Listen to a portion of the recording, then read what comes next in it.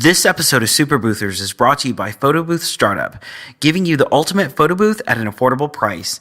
Specializing in ring light booths, whether you're just starting out or adding some to your fleet, Photobooth Startup can help. Visit their website at photoboothstartup.com.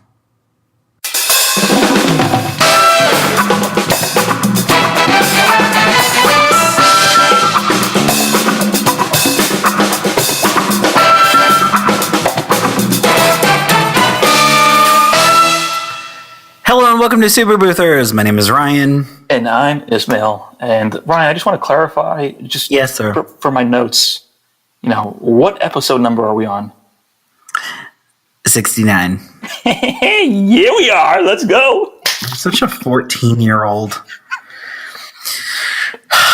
So anyways, have you ever done a school project and someone has done the exact same project that you did? You mean the copy of your project? Well, not necessarily copied, but it just so coincidentally happened that you did the same thing.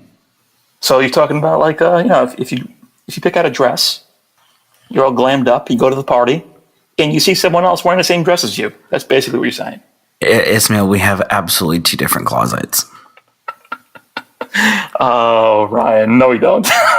I don't do drag. Okay, let's cut the metaphors. So you remember the episode where I talked about how I've never missed a flight in my entire life? I don't remember the episode, but I've definitely heard you say that to me many, many, many times, kind of like you were rubbing it in. The streak is over. Yes. Please tell the story, Ryan.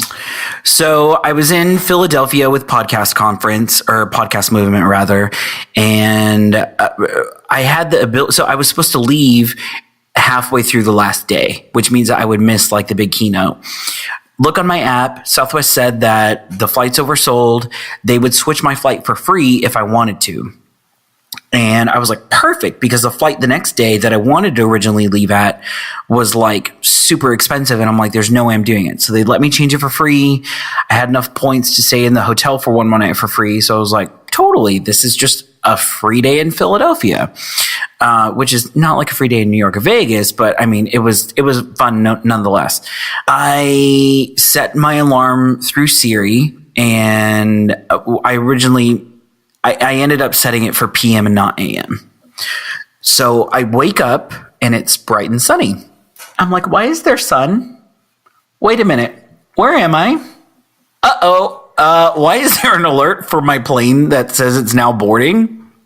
So I was downtown, about 25 minutes away from the airport. There's just no way that I'm making this flight. I was devastated. I didn't even know what to do whenever you miss a flight.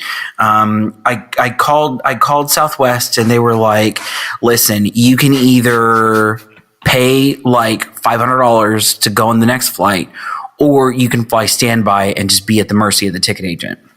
So I was I guess I'll play roulette and take my chances. And I just went to the airport. Luckily, I was already packed, because I had intended on leaving, halfway the day before, which I'm really glad that this happened, just because I was able to go see Terry Gross. And that's where I really had my aha moment of the entire conference. So I'm actually really thankful that I got to move my flight to begin with. Because otherwise I wouldn't have seen it. Yeah, it's funny how those things kind of work out. It's almost like it was meant to be that you were there for that extra day. For sure. So I'm super excited that I got to go. Not super excited that I missed my flight. I was freaking out, hightailed it to the airport. I told the Uber, if you get a ticket, I'll pay for it. Just go. Please don't play this little game with me. I get to the airport at 6:01, essentially as the door's closing, and I didn't even attempt to make it through security. Went to the ticketing agent. I told her what was going on. I've never missed a flight. She was She didn't really give a crap. She hands me a boarding pass, and she says, you're on the 7:30. I'm not standby? She's no, I just went ahead and confirmed to you. Have a nice day. And she was so nice. So thank you at Southwest Air for helping me get back to my city. Taking literally the flight of shame, because that's exactly what it was. I think you were more upset that the streak was over than you actually missing your flight. I was so upset, just mumbling to myself the entire time. They're like, why is the crazy person talking to himself? I'm like, you can never again say that you never missed a flight. Nope. That's it. Nope. That's in the past. I've had flights canceled on me. Well, now I can say is I've only missed a flight once, which is still better than your track record. No, now we're tied. But anyways, for the record, we're tied. Now we're tied. We're tied. Just wait. No. So anyways, so I came back. I had an event in Dallas that night. Packed up my stuff, took a little nap, headed on over to my event, set up my little wares, and I see another photo booth vendor. I don't know if this person actually listens to us. My instinct is to say no, but who knows who listens to us. Watch what you say. Well, that's why. Well, no, I'm not going to say anything because nothing happened. So this person I set up in about 8 minutes flat. I have a little pop-up banner that says like, oh, take a selfie. Oh, send it to your phone. Oh, share urbanevents.com, like whatever. I had my little ring light. I had my little printer, and that was about it. I had no props. I barely had an extension cord. I mean, it was next to nothing. This person takes 3 trips to roll in and pops up a table, pops up props, pops up this massive tent, pops up this massive booth, pops up a printer. It was I think a DS60 if my Eagle licenses were like working properly. Not that you were looking or anything. But. I was just curious. It's like this person was hauling out a lot of stuff. And this is, before you continue, this is kind of what we talked about in the open versus closed.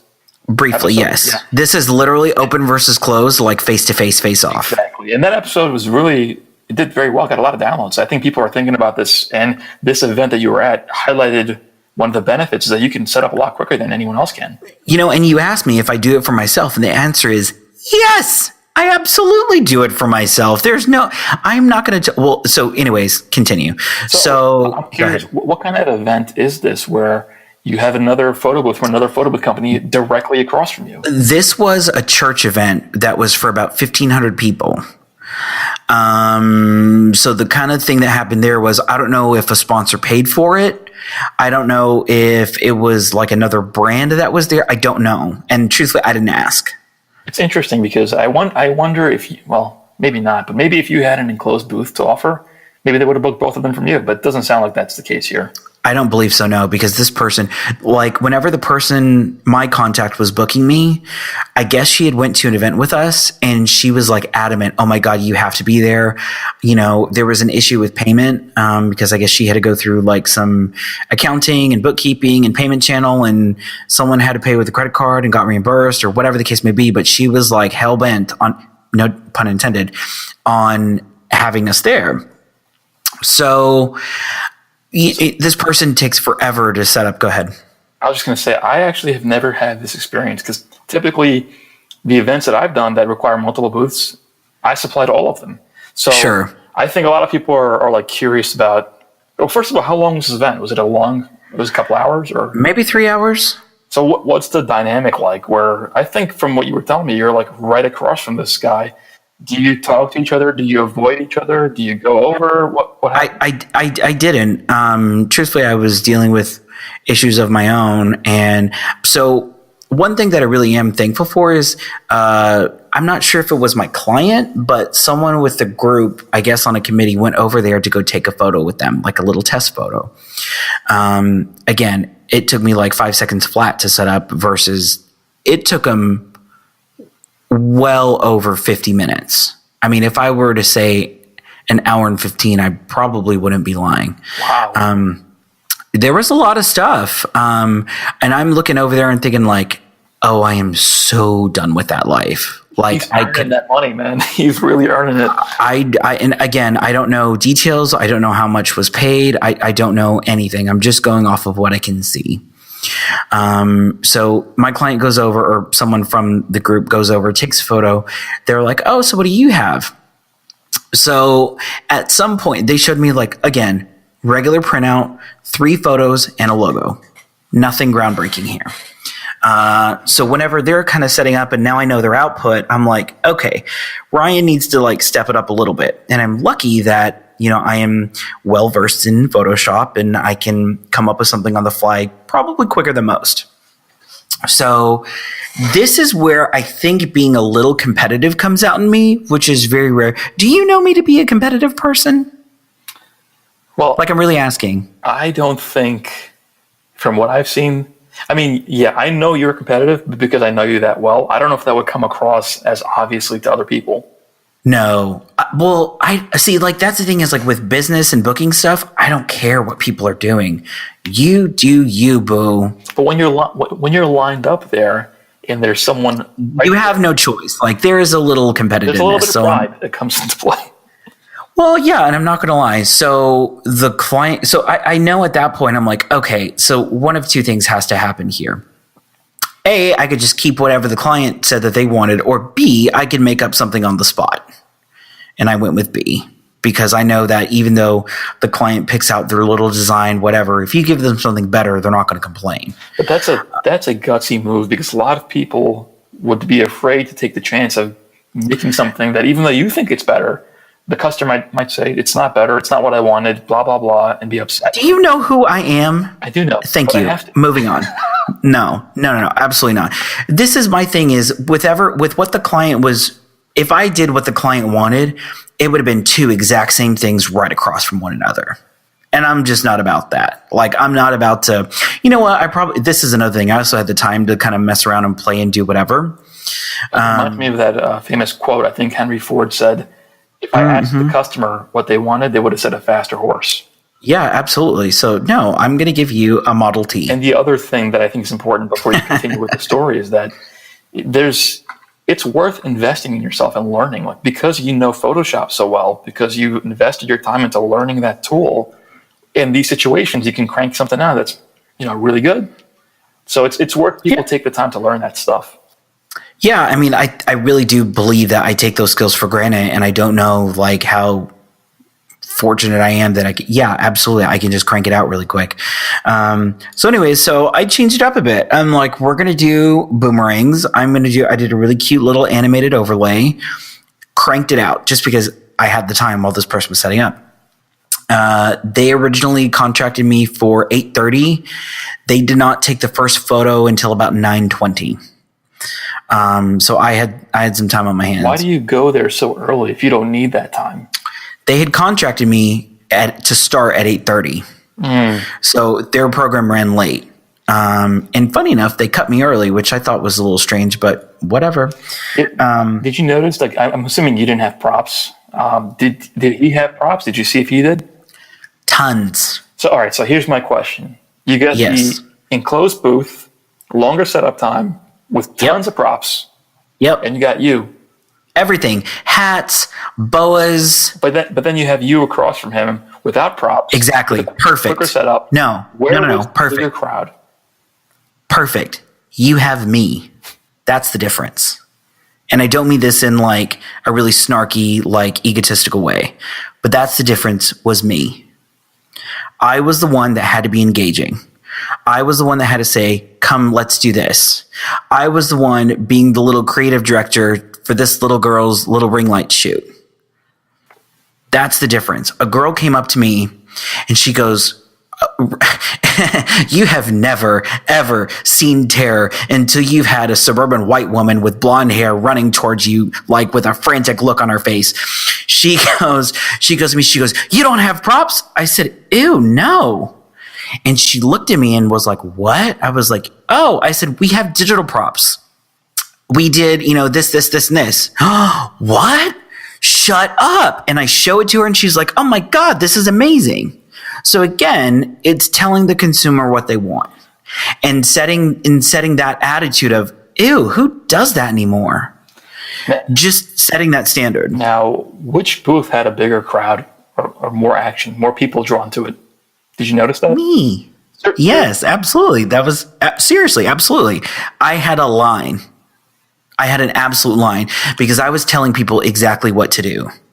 And I will say this, I was engaging with more people than I normally would be had a photo booth person not been across from me. I have to say that is like the changing variable that's over here. Had someone not been there, I probably wouldn't have been as engaging, but this turned into a peeing contest pretty quickly. Now I wonder, do you think, like, if you weren't there and you had a staff member, would that have been the case? Like, maybe the person absolutely was not that into it because they're not the owner. I don't believe that was. If I had to guess, I would put money that it was a mom and pop, meaning husband and wife, because the husband set up, and I'm 99% sure the wife worked it. That's what it looked like to me. I will say this: they had great branding. They had a great booth. They clearly had great equipment. The delivery van that it was in was fully screen wrapped. I didn't have any of that. I don't care because I don't want to spend the money because I don't need to. I would love it. Ooh, I should screen wrap a plane. A plane? Yeah, because I'm always flying to my events. Why not have a plane that's screen wrapped with urban events? If you can pull that off. Watch me. That is a new Super Boother's goal. So I was able to have a line. I was able to, again, tell people what they wanted. So, hey, when someone would say, what are we doing over here? I had a DJ playing. I had people dancing. I had their arms up. And I have a video that I'll post. They were just like really into it, like going for it. The great thing about that was I had people like really engaging, like they were dancing, like they were, like really getting into it. And the funny thing was I made a great joke. So there were some people that were dancing a little too dirty. And I would look at them and I would say, there's an enclosed booth over there for that. Ouch. Drum roll. Yes, throwing the shade. Now, do you think did you notice if that photo booth was acting differently or looking at you, or was there any awkwardness from their end? I don't think so. I can't speak for me. Truthfully, I didn't look over there for that much to make eye contact with the person operating it. I was just really looking at the line and being engaging with my guests. Should I probably go over there and said something? Yeah, I probably should have. Hi, my name's Ryan. Do you need any help? But at the same time, I had a computer issue of my own, so I really wasn't as engaging as I probably should have been. Well, I guess that was going to lead me to, my question to wrap this episode up is, from that whole experience, I haven't been in that situation. For people who may find themselves in that situation, what are the few things that you took away or you'd advise them, to make the best of something that can be awkward like that? So this is a thing. I think if I had to do it over again, I probably would have gone over and say, oh, hi, my name is, and then just wait for that other person to determine where this conversation goes. If you want to be engaging, great. If not, no big deal. Thanks so much. I have always been of the mindset where if you are, like whenever I have staff at an event, we hurry up and, get everything done. And there's usually time left over. If there's a florist that needs some help them. If there's a caterer that needs a door open the door. If there is a minister that needs like a copier or printer, hey, it might be small, but you want to use this printer? Just help people, like for real. Again, I probably would have helped had I had the time. Again, I was changing stuff on my end because I didn't want to replicate the exact same thing that they were doing. So I was really kind of focused on that. But yeah, I would the go ahead. The thing is that when you do that and you operate from that, place of kindness, it ends up coming back to you somehow where you might make a connection with another I would hope so. That, they're impressed because they do all these events and no one offers to help, and it leads to more business down the line. Not that you should do it for that reason, but it's just the irony of how that stuff works out is that it comes back to you somehow. Like there have been times where I had a florist friend who had a little incident, just needed the help. How can I help? What do you need? I'll go deliver stuff. No big deal. Well, how much are you? Don't worry about it. Well, why? Because I'm sure there's going to be a time where I need to hit a red button. And the same thing can go with a photo booth person. Granted, that person doesn't offer the same thing that I offer. So if my client's got an enclosed booth, I'd probably get a phone call on Monday morning. So I probably couldn't go at it from that angle, but that's not to say that, hey, you need an extension cord or whatever the case may be. So I'm just going to interject there because that's a great point. And I feel that can be applied to not just the other vendors that are working your event, but your so-called competitors in your area. And I've seen you do this at the Dallas event where you say, hey, anybody around here that needs help, I'm there. And it's because you may need to push the red button one day, like you said, and you need some help as well. And I find that instead of looking at my peers in my area, with a side eye and only as a competitor, by looking at them as, colleagues, it actually ends up benefiting you in ways that you wouldn't expect, where, hey, I'm totally booked. I can't cover this event. I'll throw it to you. Sometimes they throw it to me. Oh my God, I'm out of media. I can't order it in time. And they supply it. Like, there's a lot of ways where it can benefit you by not looking at people solely as competitors. Well, because they're not, but anyways, that's just me. But no, and I can't believe that you gave it away. But yes, if you are in the Dallas area, the Houston area, the San Antonio area, the Austin area, if you have an issue and you need some help and I'm available to help, or if my staff is available to help, I'll help. Just call me. Like, send me an email, send me a Facebook message. Like, I'll do what I can. And if I can't, I'll try and find someone that can. Just because we've all been there. We've all gotten to the point where, we've been at an event, camera goes dead, drop something, printer's not working no more. Like, I get it. It happens. So I guess that's the moral of the story is just be nice.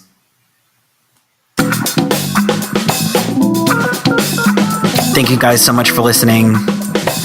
If you haven't already, please join our Facebook group, facebook.com/groups/superboothers. Thanks so much for listening. We'll see you next week.